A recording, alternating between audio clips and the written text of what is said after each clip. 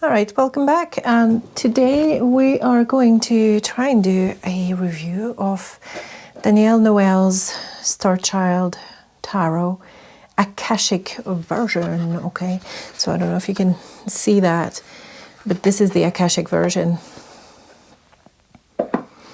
Okay, so the Akashic version, this one is borderless, which is awesome because you can really get into the cards and into the whole feel of the cards. If you have a look here at the starseed, which replaces the Fool, you can really get into that card, really get into the colors, get into the mood of the card. And I've put out the aces as well, just to show you how beautifully put together they are.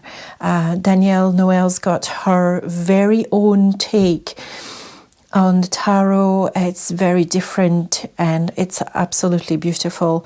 If you're a fan like myself of collage, which actually makes it possible to read a very different tarot, then it's possible that you're going to love this. One of the things that I love about this Akashic Tarot is the presence of the Egyptian goddess Maat all the way through. You can see her, you can see her wings. On the back of the cards, you sort of have Anubis up and down there, and you've also got the wings. So it's not obvious that it's Maat. I'm surmising it's Maat. It could be Isis, you know. To me, it very much feels like Maat. I love the aces. They're so vibrant. You really are getting this feeling of inception, this feeling of something brewing and coming together in a very positive way. Same with the starseed. You know, she's there, she's got it, she's channeling it, it's all there for the taking. Will she take it though? You know, it's up to her. In the cards, and we'll go through this more as we go, you will see a lot of the sacred geometry, and this is actually a chakra down here. You know, all of this has been super emphasized. You can see here as well. So you've got all of that energy from the sacred geometry, which is also present. One of the things that I really like is that the wands are flowering on this one, okay? And for me, a flowering wand is welcome. I like the flowering wand better than the non-flowering wand, if that makes sense. I'll get back into that in a minute. The box has Khepera, the Egyptian god, okay, stylized and in its own way, you know, with Danielle Noel's depiction, the back of the book. These are all self-published by Danielle Noel, okay. The deck has 79 cards, as you can see, and I will get into that in a minute. The box is beautiful, very sturdy box, so you can take it away with you. It's just really good. The deck comes with, here we go, Khepera. You can see Khepera better here. It comes with its own book, which is absolutely great. It's got loads of very useful information. I have nothing against it. I happened to buy the Book of Tarot, and I believe this is the first edition. I believe Danielle Noel's got 2 of these out, and this is possibly the first edition, or the first one that came out. And I think it came out in 2017, and she then re-edited it and brought it out again, and it looks slightly different. It looks a little bit more like the cover here with the wings, okay. I find this is good. I bought the book before I got into the tarot itself. I wanted to see what the tarot was like. I wanted to get a good feel for it, and I wanted to see her own take on the different cards. I like that you've got astrological equivalents that are highlighted. You've also got gemstones that are highlighted. I believe there is actually more a little bit more of that in the book. But what you do not get in the book, and what gets me all reflective on the cards, is the description of the cards and how this has been viewed by the person who has put the card together.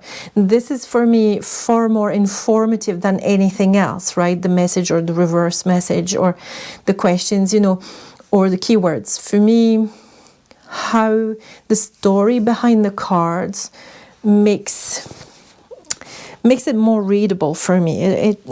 There's something which kind of helps me come to grips with the meaning of the cards, okay?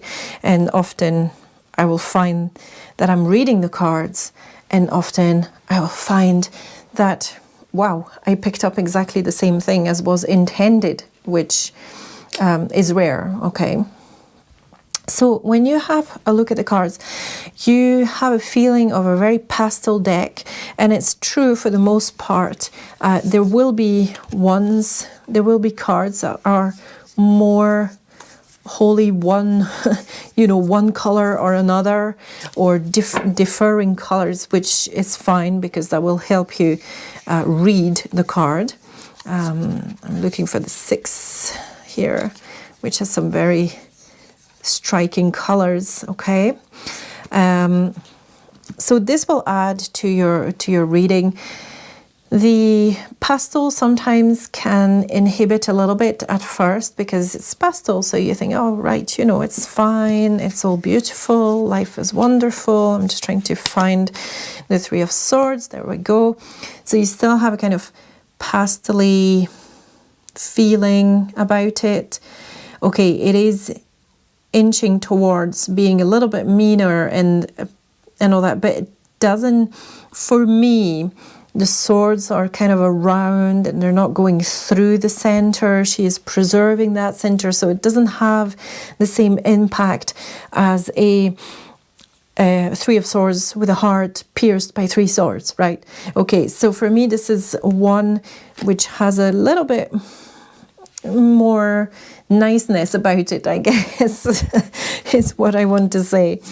I'm trying to find the 7 of Swords.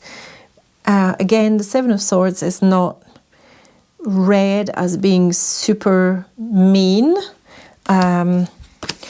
nor is the 9 of Swords. You know, when I read the book, 9 of Swords is very much a traditional reading of the 9 of Swords. Let me make some space for that 9 of Swords.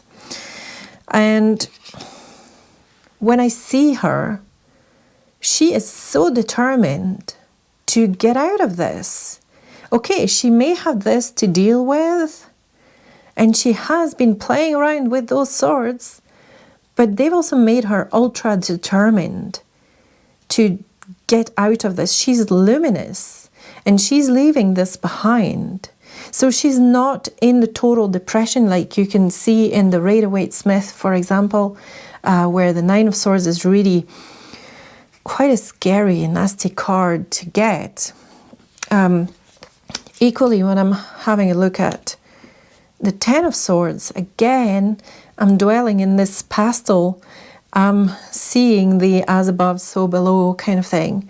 And the swords are not really preventing anything. So I don't see the betrayal in the same way that I see in other decks. But I guess that's one of the particularities of this deck, is that it reads slightly differently. And you can use it for healing, and you can use it for deep inner work.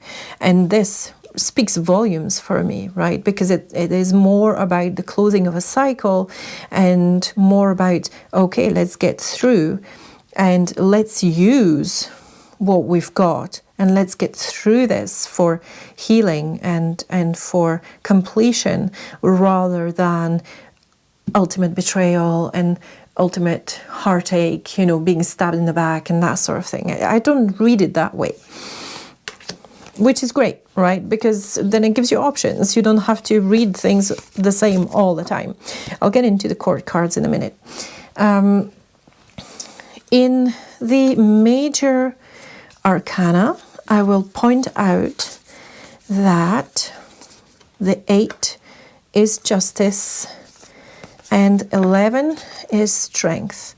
And this is absolutely fine by me, because I think you have to have been through that balancing act of the number 8, bringing things into balance and assessing what you've been doing before that, before you can move on to being the hermit. And then on emerging from being the hermit, let me find that hermit card.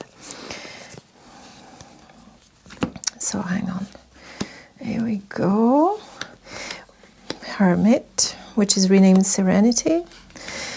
When you emerge from these, you have found strength. You find strength. And I think because number 14, of course, is temperance.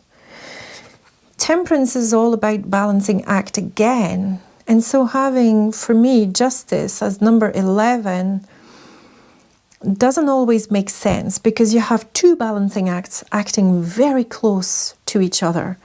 I think there's more to be gathered from having a balancing act in number 8 when you finish your cycle of the physical and are getting into your emotional realms. Having that and then acquiring that strength halfway through that part of the journey to then gain perspective and carry on with transformation, and then you get into that balancing act again. So that makes more sense. So if I explain a little bit more about that, traditionally in the Marseille Tarot and in many tarots, you had number 8 as justice and number 11, if I can find her again, as strength, right? This was pretty normal. And what happened when the Rider-Waite-Smith was put together, the astrological equivalences took over. So because we had the Emperor with Taurus, which of course in this deck is a lion, not a bull, but then, you know, you've got Gemini.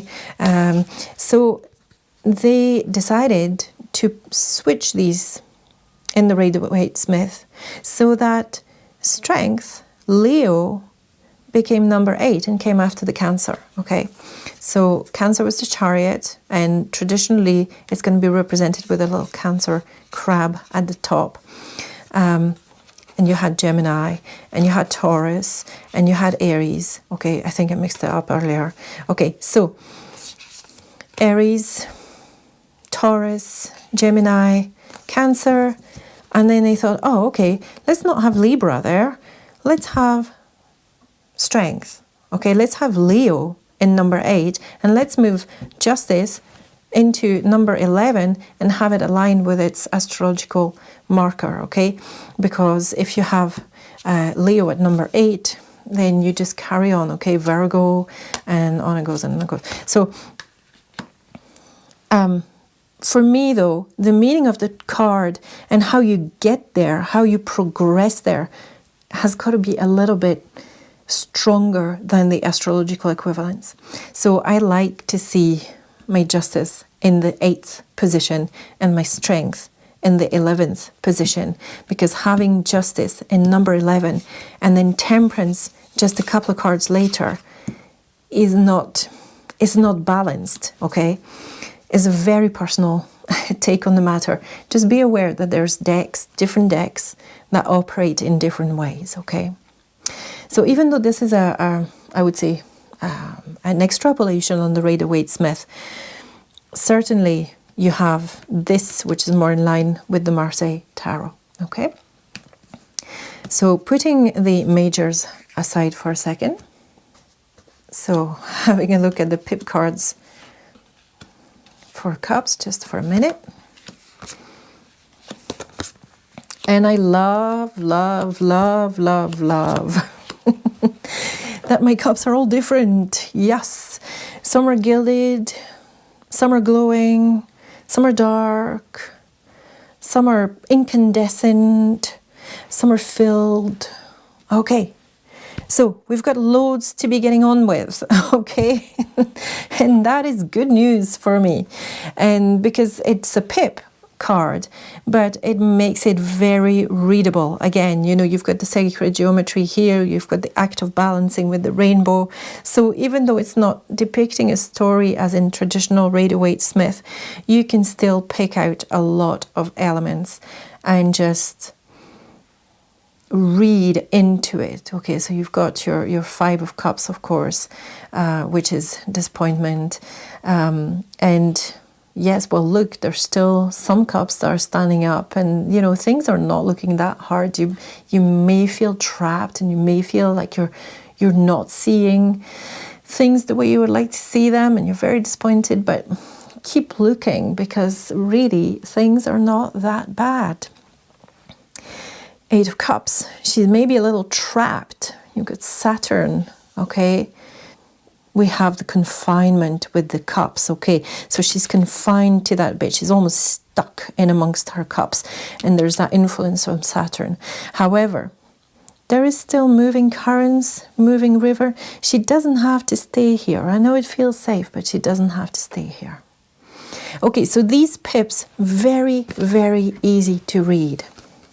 Let's take a look at the swords. You know that swords are one of my favorite suits because of being Libra. That's my excuse anyway. Okay, so here we go. I know swords can be scary, but in this particular deck, I don't find them all that scary. Okay, nobody is looking like they're about to die, right? Which is fairly important. And if you're working on development, self-development and inner work, and working with your shadow, this is going to be far more informative than a guy with 10 swords on his back, right? And again, we've got pips that are still fairly easy to read. And again, I love that my swords are different. Some of them are engraved, some of them are white, some of them are black, some of them are gold. Okay, so the gold, they're a little bit, you know, not quite true to themselves, so that's this distorted view that we can have, and they're not completely whole either. You know, they're not just engraved, but it's almost like you could see through them and hold through them.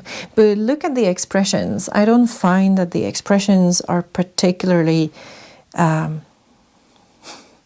I'm going to say scary, okay? Which is good, because I can get into the cards and I can really start to extract information from the card, right? Let's take a look at the wand pips now. Just a little look. And the wands do carry, I find, this fiery energy. They do have my favorite card of the deck, which is the Seven of Wands. I absolutely love the energy and the message in this card. It is a little bit tweaked from a traditional card, and I love this card. I also love this card. But anything with Egyptian in it is a winner for me. So, okay, so wands, once again, really good. If you know how to read directionality of the wands, then you will know that horizontal is stable. These ones, you know, you have to play around with them to try and establish something. And here, you know, that's it. You're directing something, and you don't need to cover it up. You're quite happy that something is happening, and you know, you're being directive with it. So again, I do find that these ones do carry the right energy. They're very different from the other two suits that we had a look at. Look at the 10 of Wands, where you're literally having to split yourself in two in order to manage everything, okay? So again, for me, super easy read. So what you may notice in all of these is a strong Egyptian influence. Maybe the Egyptian influence is going to come through more when we have a look at the major arcana. The suit of pentacles has been renamed crystals, which works for me, right? Being a crystal aficionado. And again, I think it makes sense to use more sacred geometry because we are manifesting in the physical realm. And once again, you know, you're having the color play, which is really well done. I like the introduction of the cheetah there, which is really good. Some of them might be a little bit more difficult to read. I find in the crystals, I sometimes keep thinking that this is the 3 because there are 3, but no, it's 2 becoming the 3rd, okay? And here you've got the direct relationship and the collaboration happening. This one is maybe a little bit harder to read because I'm not getting the balance and the exchange so much.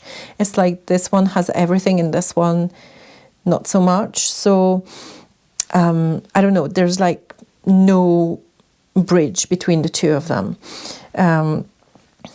This is usually one of my favorite cards in a deck. Okay, it's fine. It's just not one that pops at me in this particular deck. But again, overall, they do carry the right energy and the right messages for me. All right, moving into the majors. And I'm just going to put the Fool up here. So you've seen the Fool. We've talked a little bit about that spark. Okay, and this is your physical cards. Okay, so great use of color, great use of the character and the animals. Amazing. I love it. There's just so much to read into this. Once again, it is just so, yes.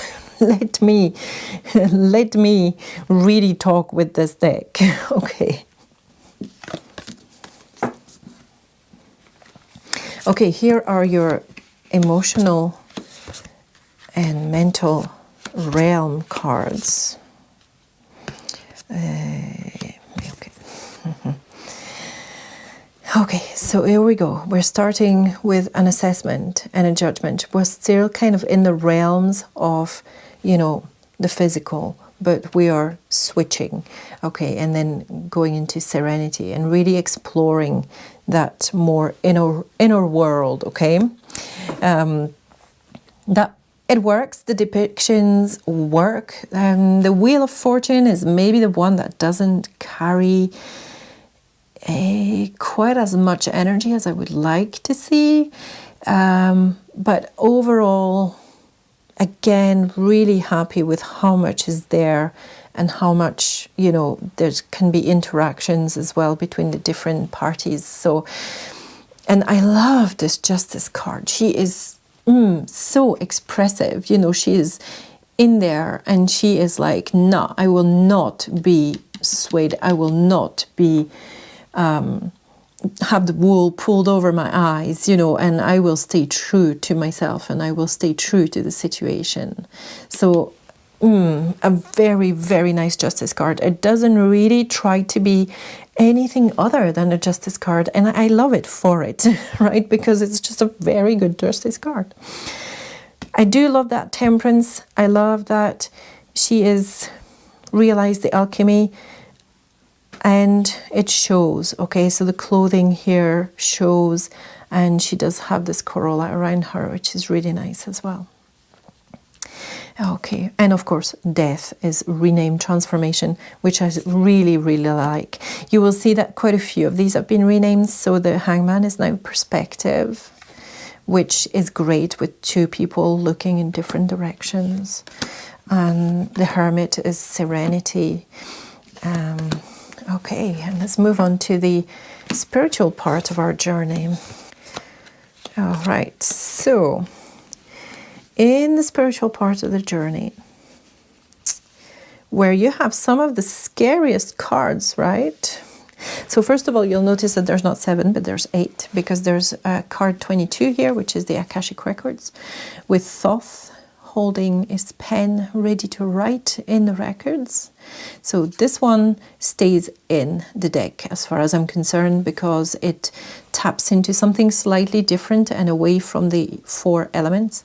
And I do think we need that, okay? So I love to keep it in. Pretty self-explanatory. The moon has the moon, the star has a star, you know, the tower's crumbling. Devil's been renamed oppression. The sun, you really get this feeling of radiance, but also that you need to keep it in check, right? I love the awakening instead of judgment. Again, it works better for me, and the universe is just a magical card with the pyramid and all of her focus having come together and her having manifested something yummy. It just works really, really well. And in the devil, love the veil. Okay, you can't see things clearly. There's dark clouds, okay, and there's that veil. So you may not even be able to see what you've got, because it's so obscured, all right? So again, for me, all of this is easier to read in this particular tarot than any others. This is my go-to. This is like my everyday, and it works beautifully. Part of the reason why it's my everyday tarot is because it fits in my hands so nicely. I've got a lot of tarots that I love, but they don't fit in my hands. So I can do hand over hand shuffle. I do my drop and mix cards for really energizing them, but I can still do my crazy shuffle, which is totally unorthodox. And the cards haven't peeled, okay? The edges of the cards haven't peeled for me doing this, which is great. It's super energized, so it just keeps having cards jumping at me. And that's just from the energy that the deck carries. And you can see hand over hand, super easy, super manageable, even for smallish hands, okay? It is gilded, and I must say the gilding is actually okay. It doesn't get in the way, it doesn't stick, and the cards are fairly slidey, as you can see.